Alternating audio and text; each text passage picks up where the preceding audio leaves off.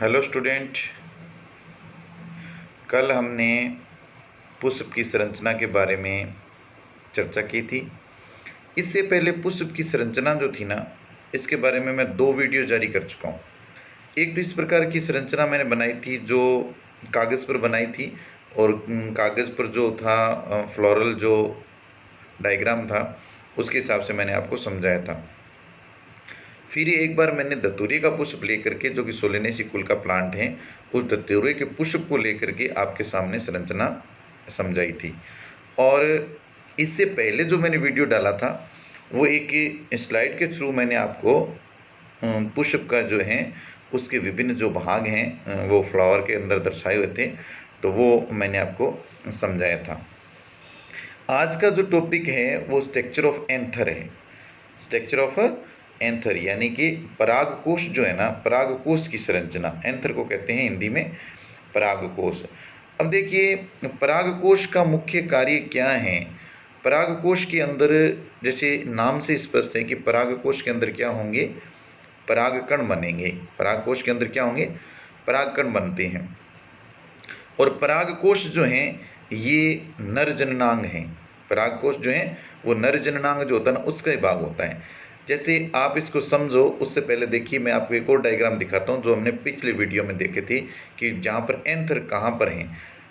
कि इस डायग्राम को देखिए, आपको स्क्रीन के ऊपर एंथर दिख रहा है। साइड में जो स्टेमन है, यानी कि स्टेमन को हिंदी में कहते हैं पुंकेसर।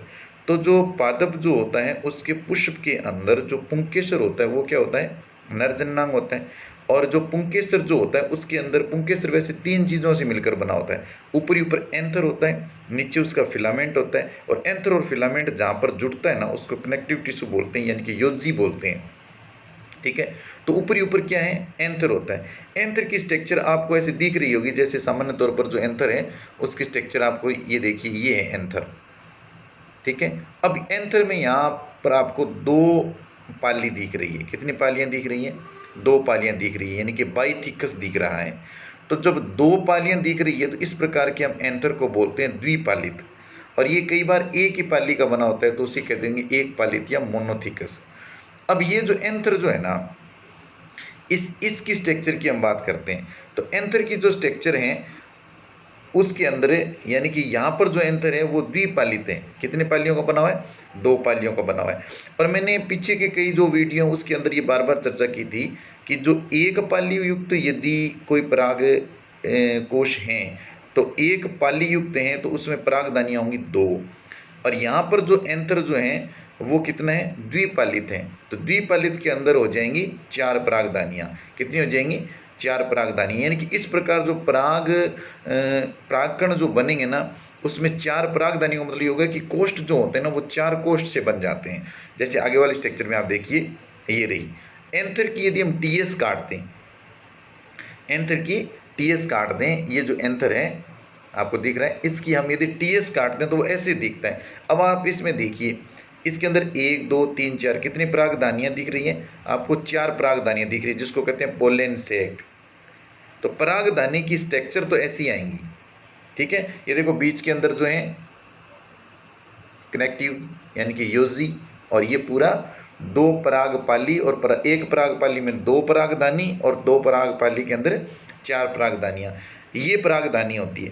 अब ये जो परागदानियाँ होती हैं उसके अंदर क्या बनते हैं, मूल रूप से परागकण बनते हैं, यानी कि पोलेन बनते हैं। तो पोलेन जो हैं वो कैसे बनते हैं, किस प्रकार पोलेन का विकास होकर, मतलब ऊतकों का विकास होकर के अंतिम जो है उसमें पोलेन है, किस प्रकार बनते हैं। और इस परागदानी की जो संरचना जो है, परागदानी की जो संरचना है ना, इसके बारे में हम विस्तृत चर्चा एक वीडियो में कर चुके हैं।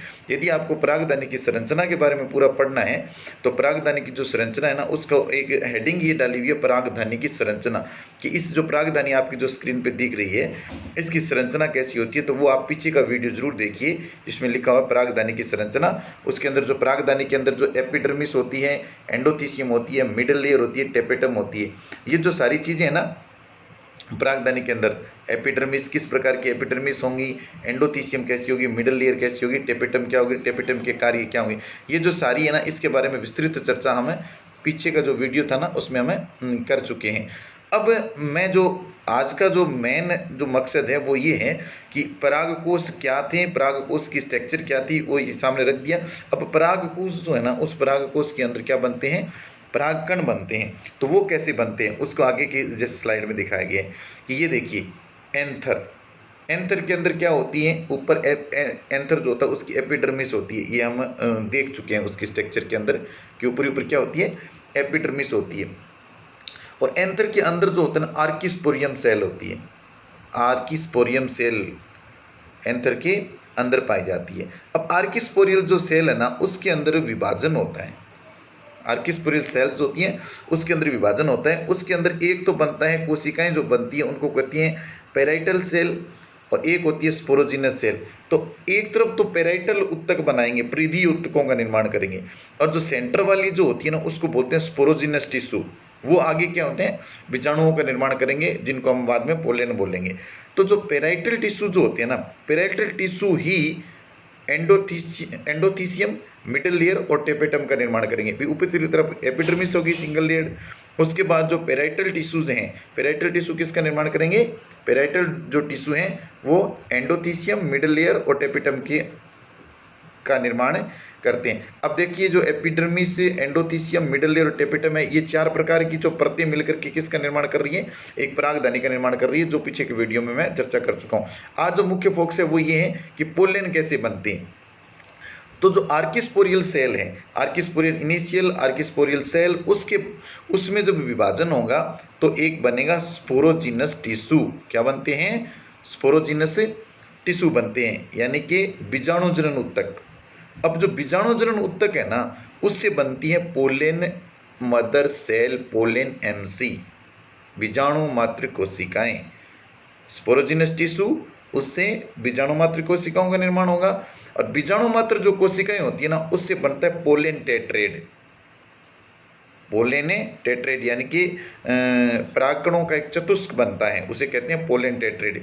यानी कि परागकण जो होते हैं ना, वो चार चार परागकणों का एक समूह सा बन जाता है, और वो आपस में जो पट्टिका जो होती है, सेल्यूलोज की जो पट्टिका होती है ना, उस पट्टिका से जुड़े हुए रहते हैं। शुरुआत में वो परागकण के हैं, चारों जुड़े होते हैं। तो चार पराग जो कण हैं वो मिलकर के एक संरचना का ऐसा निर्माण करते हैं। उस संरचना को हम क्या कहते हैं, पोलेन टेट्रेड कहते हैं, पराग चतुष्क बोलते हैं। परागकण चतुष्क जो होता है ना, वो कहलाता है। और उसके बाद जब धीरे धीरे यदि वो अलग हो जाएंगे, एक एक भाग उसका अलग हो जाएगा पोलेन टेट्रेड का, तो उसे हम क्या कह देंगे, पोलेन कह देंगे, परागकण कह देंगे। तो परागकण परागधानियों के अंदर निर्माण कैसे होगा, आर्किस्पोरियल इनिशियल है, आर्किस्पोरियल सेल्स हैं, आर्किस्पोरियम से क्या बनेगा, स्पोरोजिनस टिश्यू बनेगा। स्पोरोजिनस टिश्यू जो है उससे क्या बनेगी, पोलन मदर सेल बनेगी, पोलन एमसी या पोलन मदर सेल का निर्माण होगा। और पोलन मदर सेल से पोलन टेट्रेड बनता है, और पोलेन टेट्रेड जो हैं उसके ऊपर जो पट्टिकाएं होती हैं, चतुष्क जो होता है, वो पोलेन टेट्रेड अलग अलग व्यवस्था में व्यवस्थित होते हैं। कोई टी शेप में होता है, कोई मतलब शायद लाइनर फॉर्म में होगा, अलग अलग तरीके से होते हैं। तो पोलेन टेट्रेड जो हैं उसकी जो पट्टिका है वो उसमें से घुल जाती है, तो उसके बाद एक पोलेन अलग अलग हो जाते हैं। पोलेन यानी कि परागकण।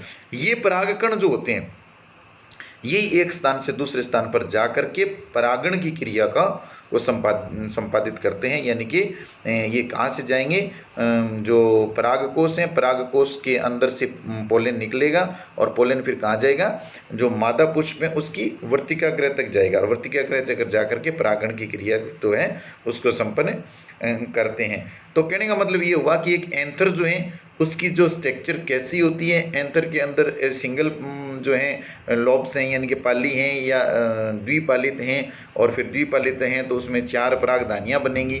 और चार परागधानियाँ जो हैं उसकी प्रत्येक जो परागधानी है उसकी स्ट्रक्चर कैसी होंगी, और उसके बाद परागधानी के अंदर जो परागकणों का निर्माण कैसे होता है, तो वो इस प्रकार से होगा कि एंथर के अंदर archesporial cell, sporogenous tissue, pollen mother cell, pollen tetrad और पोलन का निर्माण होता है। तो एक जो परागकोश हैं उस परागकोश के अंदर परागकणों का जो सिंपल प्रोसेस है वो इस प्रकार रहता है।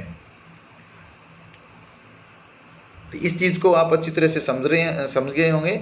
आगे का जो वीडियो है वो इसी से संबंधित, लैंगिक जनन जो है उससे संबंधित ही आएगा।